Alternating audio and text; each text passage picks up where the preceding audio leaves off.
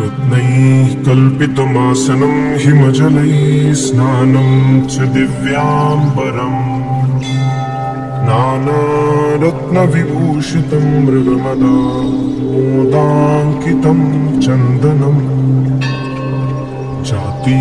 चम्पकबिल्वपत्ररचितं पुष्पं च धूपं तथा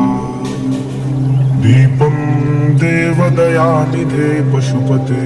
हृत्कल्पितं गृह्यताम्। सौवर्णेन वरत्नखण्डरचिते पात्रे घृतं पायसं भक्ष्यं पञ्चविधं पयोदधियुतं रम्भाफलं पानकम् शाकानामयुतं जलं रुचिकरं कर्पूरखण्डोज्ज्वलम् ताम्बूलं मनसा मया विरचितं भक्त्या प्रभो स्वीकुरु। छत्रं चामरयोर्युगं व्यजनकं चादर्शकं निर्मलम् वीणाभेरीमृदङ्गकाहलकला गीतं च नृत्यं तथा साष्टाङ्गं प्रणतिस्तुतिः बहुविधा एतत्समस्तं मया सङ्कल्पेन समर्पितं तव विभो पूजां गुहाणा प्रभो। आत्मा त्वं गिरिजामतिः सहचराः प्राणाः शरीरं गृहम् पूजा ते विषयोपभोगर्चना निद्रा समाधि स्थितिः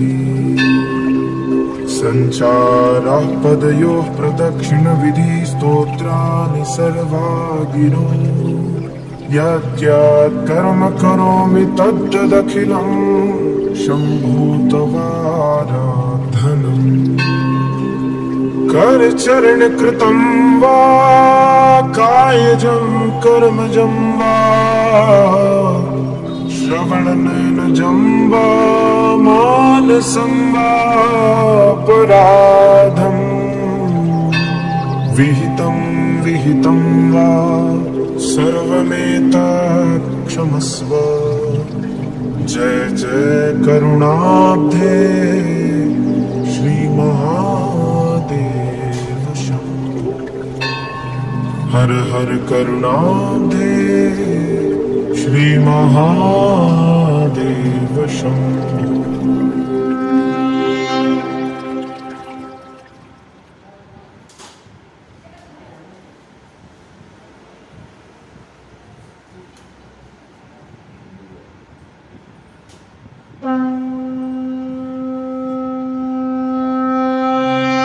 रत्नैः कल्पितमासनं हिमजलैः स्नानं च दिव्याम्बरम् नानारत्नविभूषितं मृगमदामोदाङ्कितं चन्दनम् चम्पकबिल्वपत्ररचितं पुष्पं च धूपं तथा दीपं देवदयानिधे पशुपते हृत्कल्पितं गृह्यताम्। सौवर्णेन वरत्नखण्डरचिते पात्रे घृतं पायसं भक्ष्यं पञ्चविधं पयोदधियुतं रम्भाफलं पानकम् शाकानामयुतं जलं रुचिकरं कर्पूरखण्डोज्ज्वलम् ताम्बूलं मनसा मया विरचितं भक्त्या प्रभो स्वीकुरु। छत्रं चामरयोर्युगं व्यजनकं चादर्शकं निर्मलम् वीणाभेरीमृदङ्गकाहलकला गीतं च नृत्यं तथा साष्टाङ्गं प्रणतिस्तुतिः बहुविधा एतत्समस्तं मया संकल्पेन समर्पितं तव विभो पूजां गृहाण प्रभो। आत्मा त्वं गिरिजामतिः सहचराः प्राणाः शरीरं गृहम्। पूजा ते विषयोपभोगर्चना निद्रा समाधि स्थितिः। सञ्चारः पदयोः प्रदक्षिणविधि स्तोत्राणि सर्वा गिरो। यद्यत् कर्म करोमि तद्दखिलं शम्भो तवाराधनम्। करचरण कृतं वा कायजं कर्मजं वा श्रवणनयनजं वा मानसं वा अपराधम्। विहितं विहितं वा सर्वमेतत् क्षमस्व। जय जय करुणाब्धे श्री महादेव शंभो। हर हर करुणाब्धे श्री महादेव शंभो।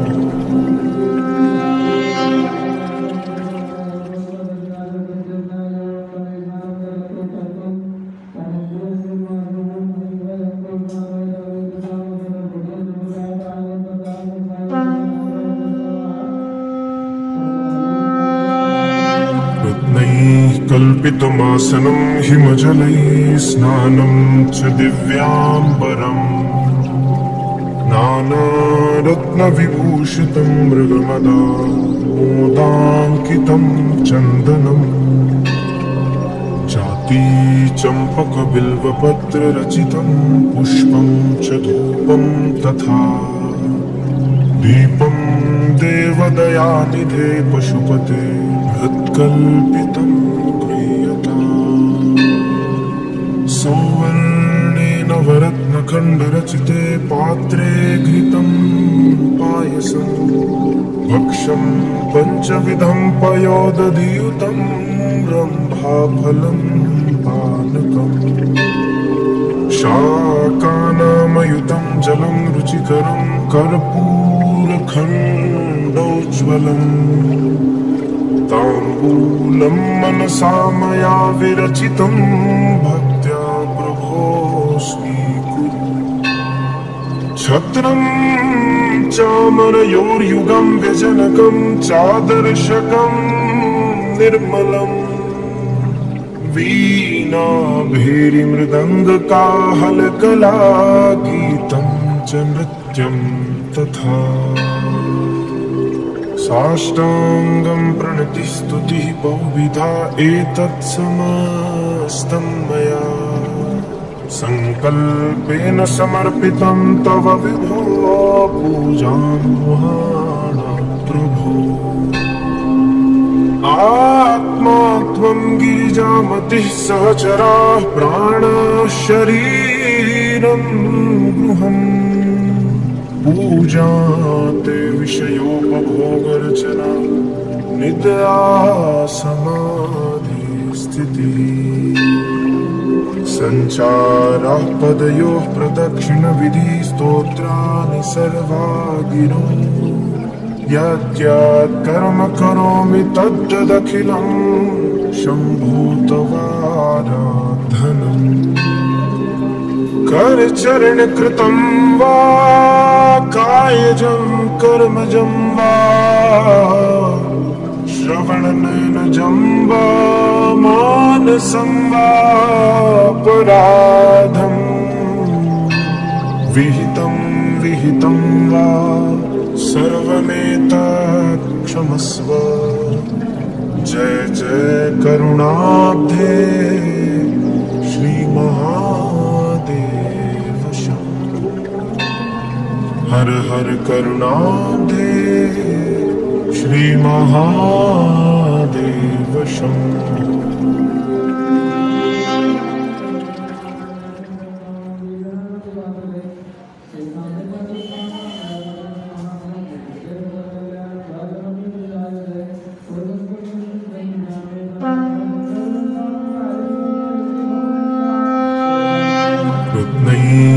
कल्पितमासनं हिमजलैः स्नानं च दिव्याम्बरम् नानारत्नविभूषितं मृगमदामोदाङ्कितं चन्दनम् चम्पकबिल्वपत्ररचितं पुष्पं च धूपं तथा दीपं देवदयानिधे पशुपते हृत्कल्पितं गृह्यताम् सौवर्णेन वरत्नखण्डरचिते पात्रे घृतं पायसं भक्ष्यं पञ्चविधं पयोदधियुतं रम्भाफलं पानकम् शाकानामयुतं जलं रुचिकरं कर्पूरखण्डोज्ज्वलम् ताम्बूलं मनसा मया विरचितं भक्त्या प्रभो स्वीकुरु छत्रं चामरयोर्युगं व्यजनकं चादर्शकं निर्मलम् वीणाभेरीमृदङ्गकाहलकला गीतं च नृत्यं तथा साष्टाङ्गं प्रणतिस्तुतिः बहुविधा एतत्समस्तं मया सङ्कल्पेन समर्पितं तव विभो पूजां गृहाणा प्रभो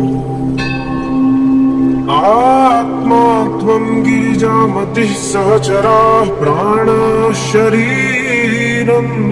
गृहम् पूजा ते विषयोपभोगरचना निद्रा समाधि स्थितिः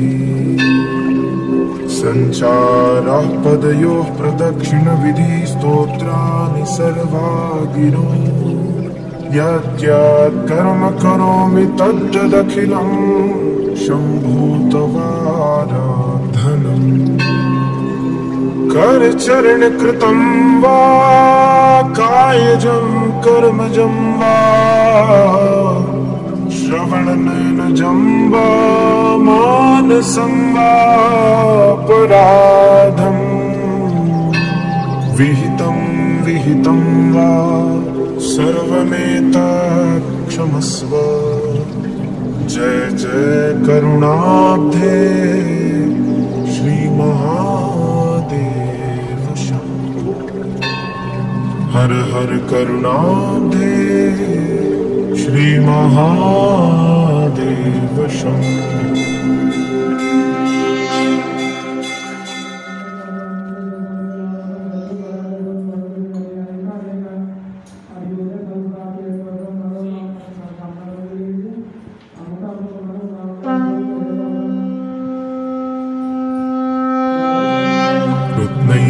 कल्पितमासनं हिमजलैः स्नानं च दिव्याम्बरम्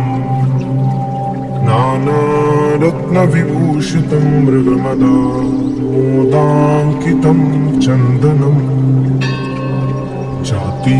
चम्पकबिल्वपत्ररचितं पुष्पं च धूपं तथा दीपं देवदयानिधे पशुपते हृत्कल्पितं गृह्यताम् सौवर्णेन वरत्नखण्डरचिते पात्रे घृतं पायसं भक्ष्यं पञ्चविधं पयोदधियुतं रम्भाफलं पानकम् शाकानामयुतं जलं रुचिकरं कर्पूरखण्डोज्ज्वलम् ताम्बूलं मनसा मया विरचितं भक्त्या प्रभो स्वीकुरु छत्रं चामरयोर्युगं व्यजनकं चादर्शकं निर्मलम् वीणाभेरीमृदङ्गकाहलकला गीतं च नृत्यं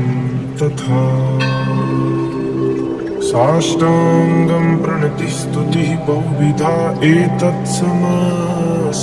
मया सङ्कल्पेन समर्पितं तव विभो पूजां गृहाणा त्वं गिरिजामतिः सहचराः प्राणाः शरीरं गृहम् पूजा ते विषयोपभोगरचना निद्रा समाधि स्थितिः संचाराः पदयोः प्रदक्षिणविधि स्तोत्राणि सर्वा गिरो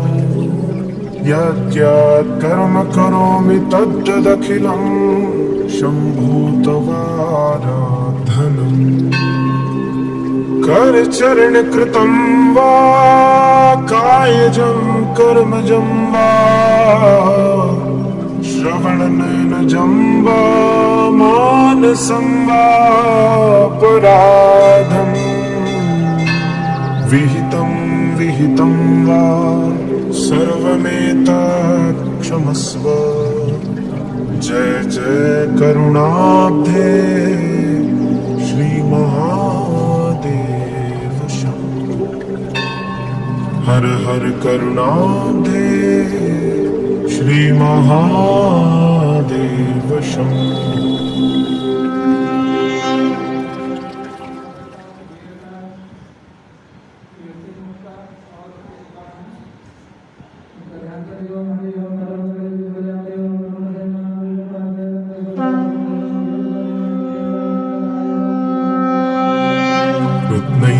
कल्पितमासनं हिमजलैः स्नानं च दिव्याम्बरम्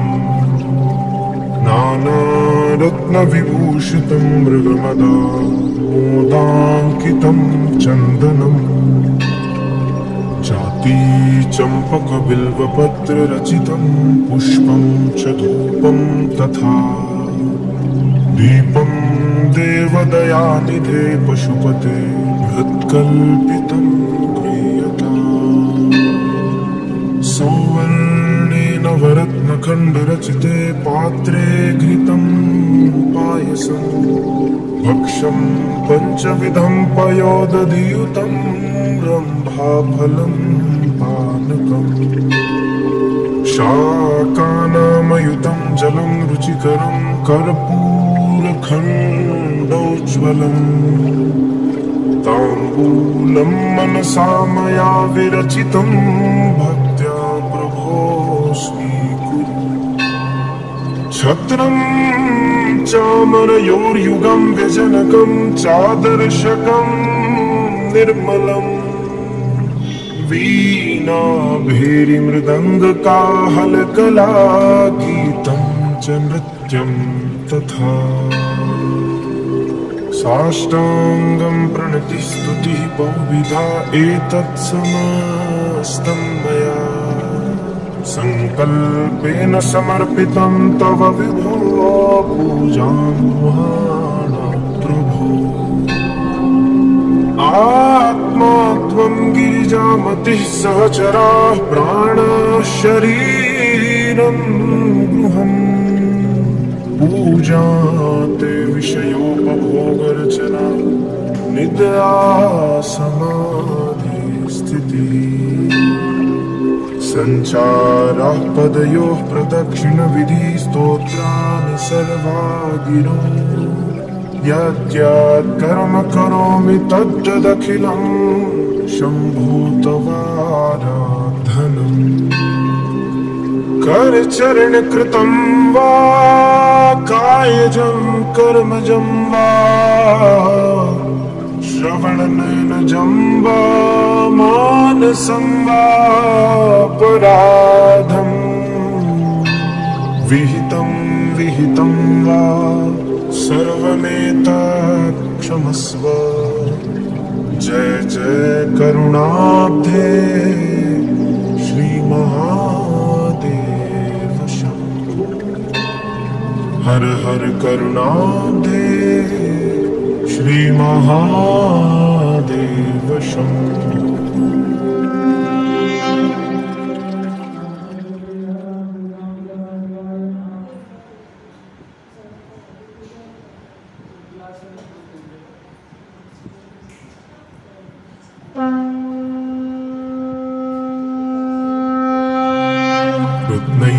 कल्पितमासनं हिमजलैः स्नानं च दिव्याम्बरम् नानारत्नविभूषितं मृगमदामोदाङ्कितं चन्दनम् चाती चम्पकबिल्वपत्ररचितं पुष्पं च धूपं तथा दीपं देवदयानिधे पशुपते हृत्कल्पितं गृह्यताम् सौवर्णेन वरत्नखण्डरचिते पात्रे घृतं पायसं भक्षं पञ्चविधं पयोदधियुतं रम्भाफलं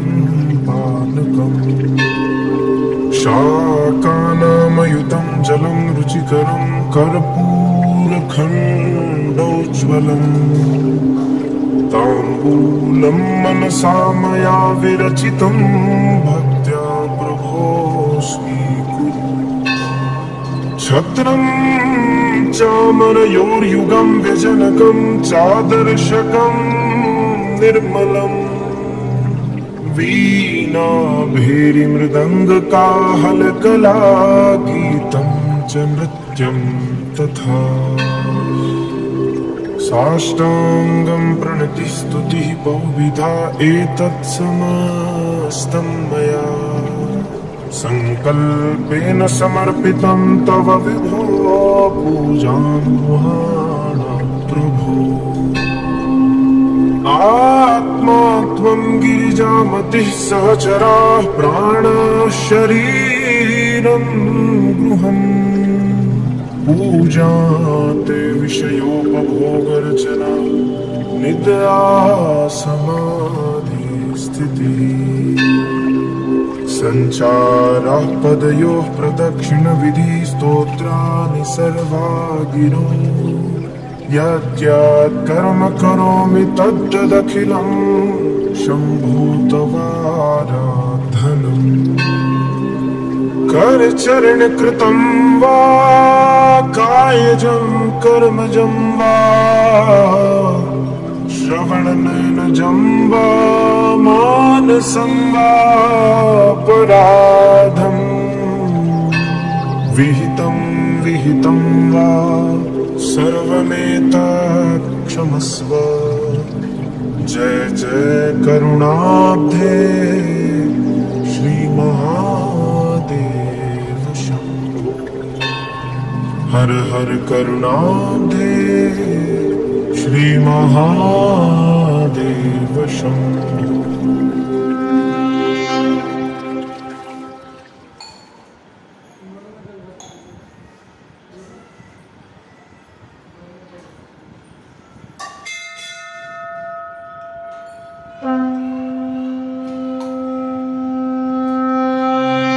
रत्नैः कल्पितमासनं हिमजलैः स्नानं च दिव्याम्बरम् नानारत्नविभूषितं मृगमदामोदाङ्कितं चन्दनम् चाती चम्पकबिल्वपत्ररचितं पुष्पं च धूपं तथा दीपं देवदयानिधे पशुपते हृत्कल्पितं गृह्यताम् सौवर्णेन वरत्नखण्डरचिते पात्रे घृतं पायसं भक्षं पञ्चविधं पयोदधियुतं रम्भाफलं पानकम् शाकानामयुतं जलं रुचिकरं कर्पूरखण्डोज्ज्वलम् ताम्बूलं मनसा मया विरचितं भक्त्या प्रभो स्वीकुरु छत्रं चामरयोर्युगं व्यजनकं चादर्शकं निर्मलम् वीणाभेरीमृदङ्गकाहलकला गीतं च नृत्यं तथा साष्टाङ्गं प्रणतिस्तुतिः बहुविधा एतत्समस्तं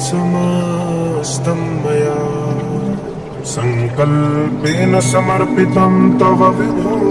पूजां गृहाणा प्रभो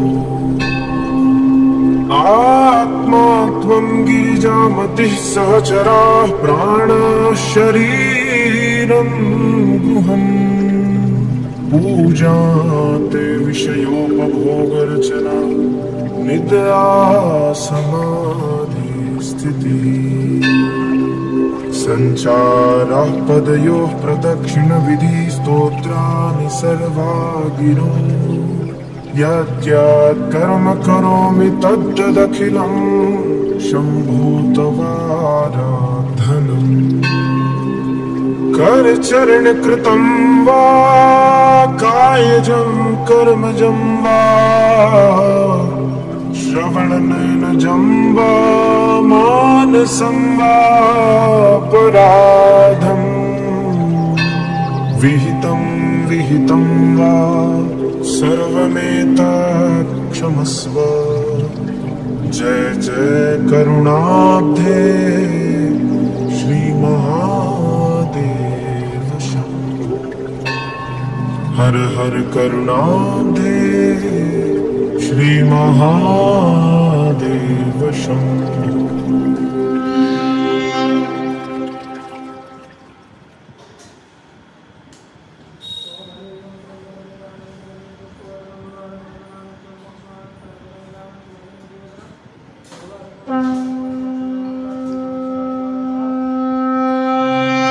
रत्नैः कल्पितमासनं हिमजलैः स्नानं च दिव्याम्बरम्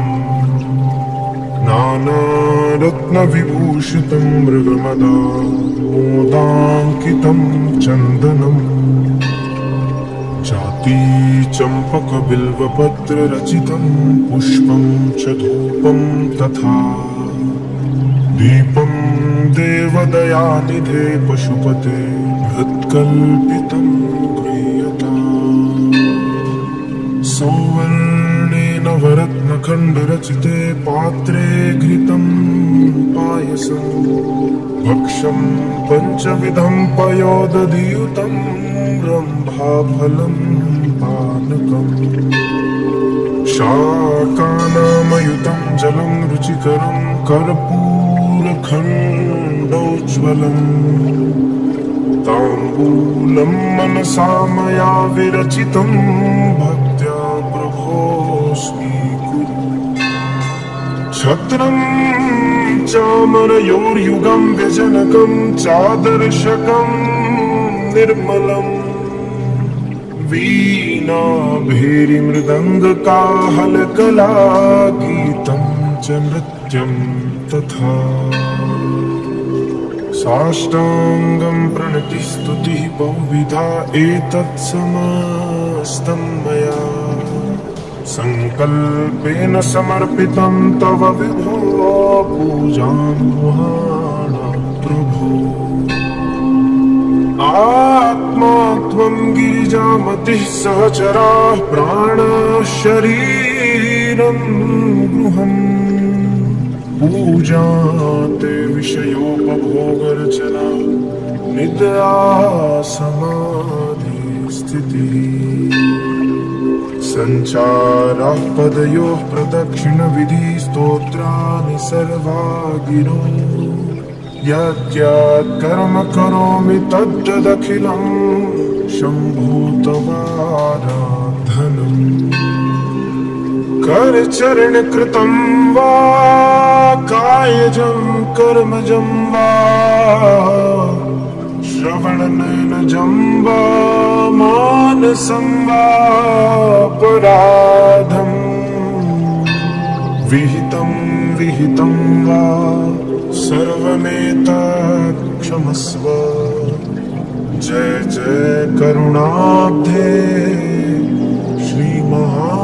श्रीमहादेव शम्भो हर हर करुणाब्धे श्रीमहादेव शम्भो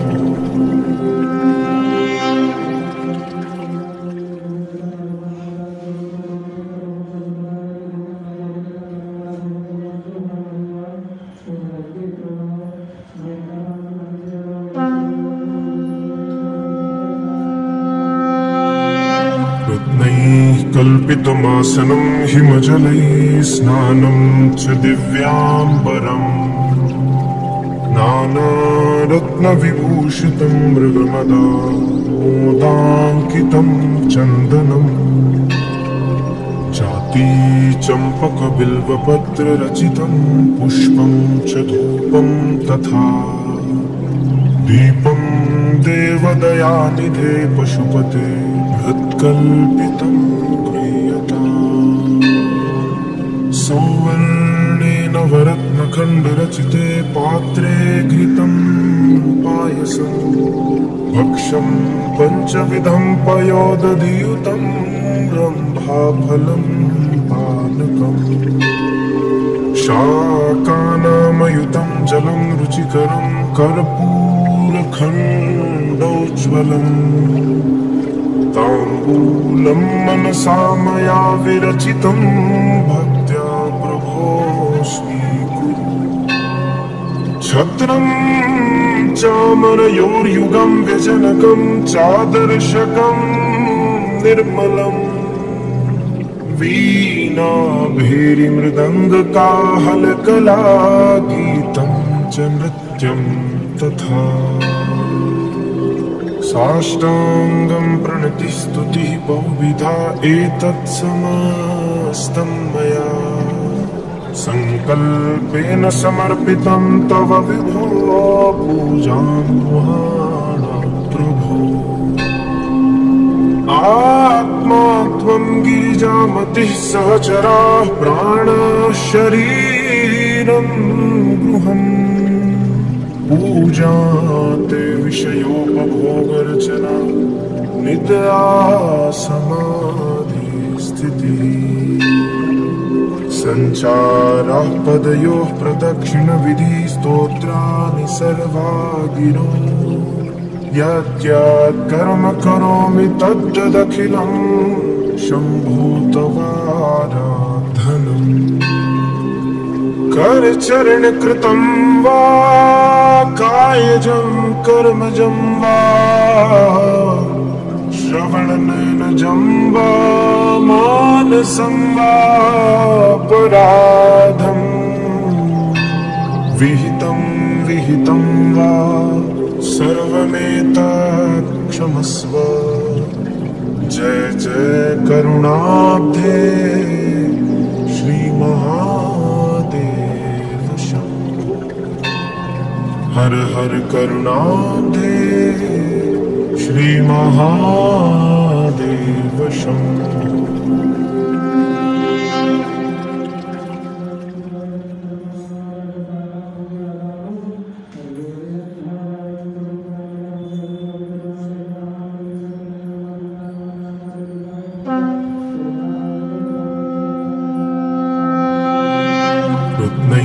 कल्पितमासनं हिमजलैः स्नानं च दिव्याम्बरम् नानारत्नविभूषितं मृगमदामोदाङ्कितं चन्दनम् चातीचम्पकबिल्वपत्ररचितं पुष्पं च धूपं तथा दीपं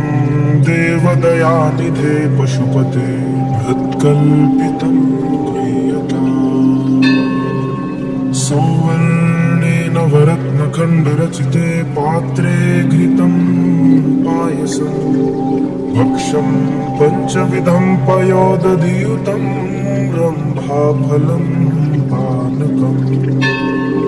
शाकानामयुतं जलं रुचिकरं कर्पूरखण्डोज्ज्वलम् ताम्बूलं मनसा मया विरचितं भक्त्या प्रभो स्वीकुरु छत्रं चामरयोर्युगं व्यजनकं चादर्शकं निर्मलम् वीणाभेरीमृदङ्गकाहलकला गीतं च नृत्यं तथा साष्टाङ्गं प्रणतिस्तुतिः बहुविधा एतत्समस्तं मया सङ्कल्पेन समर्पितं तव विभो पूजां गृहाण प्रभो आत्मा त्वं गीजामतिः सहचराः प्राणः शरीरं गृहम् पूजा ते विषयोपभोगर्चना निद्रा समाधि स्थितिः सञ्चारः पदयोः प्रदक्षिणविधि स्तोत्राणि सर्वा गिरो यद्यत् कर्म करोमि तद्दखिलं शम्भो तवाराधनम् करचरण कृतं वा कायजं कर्मजं वा श्रवणनयनजं वा मानसं वा अपराधम् विहितं विहितं वा सर्वमेतत् क्षमस्व जय जय करुणाब्धे श्री महादेव शंभो हर हर करुणाब्धे श्री महादेव शंभो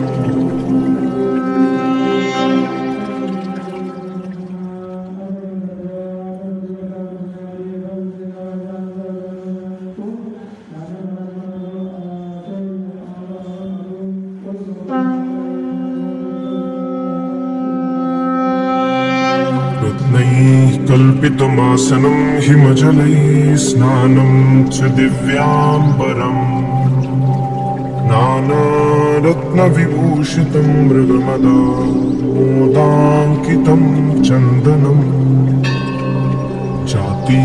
चम्पकबिल्वपत्ररचितं पुष्पं च धूपं तथा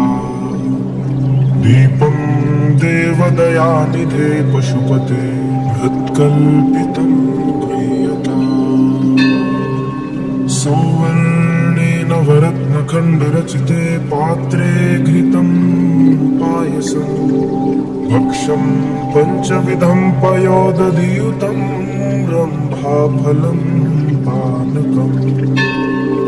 शाकानामयुतं जलं रुचिकरं कर्पूरखण्डोज्ज्वलम्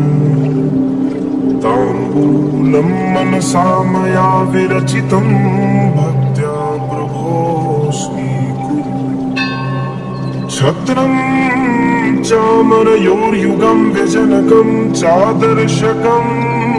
निर्मलम् वीणाभेरीमृदङ्गकाहलकला गीतं च नृत्यं तथा साष्टाङ्गं प्रणतिस्तुतिः बहुविधा एतत् समस्तं मया संकल्पेन समर्पितं तव विभो पूजां गुहाणा प्रभो आत्मा त्वं गीजामतिः सहचराः प्राणः शरीरं गृहम् पूजा ते विषयोपभोगर्चना निद्रा समाधि स्थितिः सञ्चारः पदयोः प्रदक्षिणविधि स्तोत्राणि सर्वा गिरो यद्यत् कर्म करोमि तद्दखिलं शम्भो तवाराधनम् करचरण कृतं वा कायजं कर्मजं वा श्रवणनयनजं वा मानसं वा अपराधम् विहितं विहितं वा सर्वमेतत् क्षमस्व जय जय करुणाब्धे श्री महादेव शंभो हर हर करुणाब्धे श्री महादेव शंभो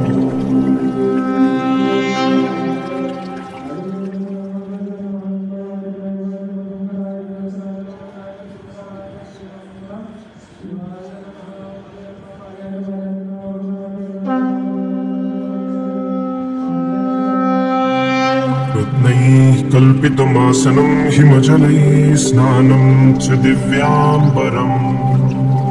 नानारत्नविभूषितं मृगमदामोदाङ्कितं चन्दनम् चाती